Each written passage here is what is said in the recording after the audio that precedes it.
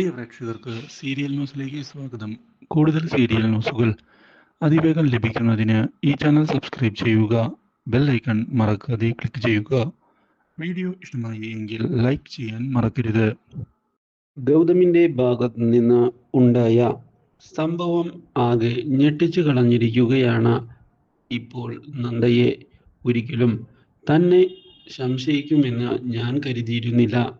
ഇത്രയ്ക്ക് ചീപ്പാണോ ഗൗതം സാർ എന്ന് ചോദിക്കുകയും ചെയ്ത് ഇതിനെല്ലാം ഉത്തരം നൽകാൻ ഞാൻ താല്പര്യപ്പെടുന്നില്ല. ഗൗതം സാർ എന്ത് വിചാരിക്കുന്നു അതുപോലെ തന്നെ വിചാരിച്ചോ. ജസ്റ്റിഫിക്കേഷൻ നൽകാൻ ഞാൻ തയ്യാറല്ല എന്നത് തന്നെയാണ് സത്യം. എനിക്ക് അതിന് താല്പര്യമില്ല സാർ.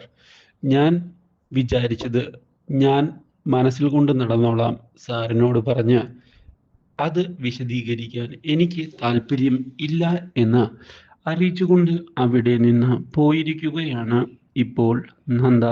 പക്ഷേ എടുത്തു ചാടി കാണിച്ചത് അബദ്ധമായി പോയോ എന്നുള്ള ചോദ്യം ഇതേ തുടർന്ന് ബാക്കിയാവുകയാണ്. കാര്യങ്ങൾ കൈവിട്ട് പോവുകയാണല്ലോ എന്നുള്ള ചോദ്യവും മുന്നിലേക്ക് കടന്ന് വന്നതിനെ തുടർന്ന് ആകെ പകച്ചു പോകുന്നു ഗൗതം. ഇതേ തുടർന്ന് ഈ കാര്യങ്ങൾ അറിയാൻ ഇടയാകുന്ന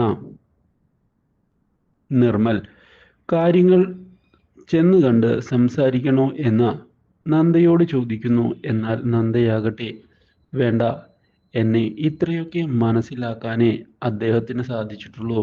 അപ്പോൾ അതിന് ജസ്റ്റിഫിക്കേഷൻ നൽകേണ്ട ആവശ്യം ഉണ്ട് എന്ന് ഞാൻ കരുതുന്നില്ല.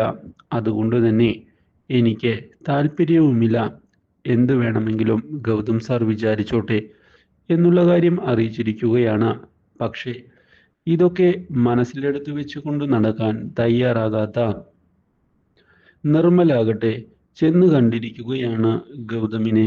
ഇതോടെ ഗൗതം ഒരു നിമിഷത്തേക്ക് ഞെട്ടിപ്പോകുന്നു. ഇതേ തുടർന്നാണ് ഗൗതമിനോട് നാട്ടുകാർ പറഞ്ഞതനുസരിച്ച് നന്ദയെ അവിശ്വസിക്കാൻ നാണമില്ലേ എന്നുള്ള കാര്യം നിർമ്മൽ ചോദിക്കുന്നത്. Do like, share and subscribe.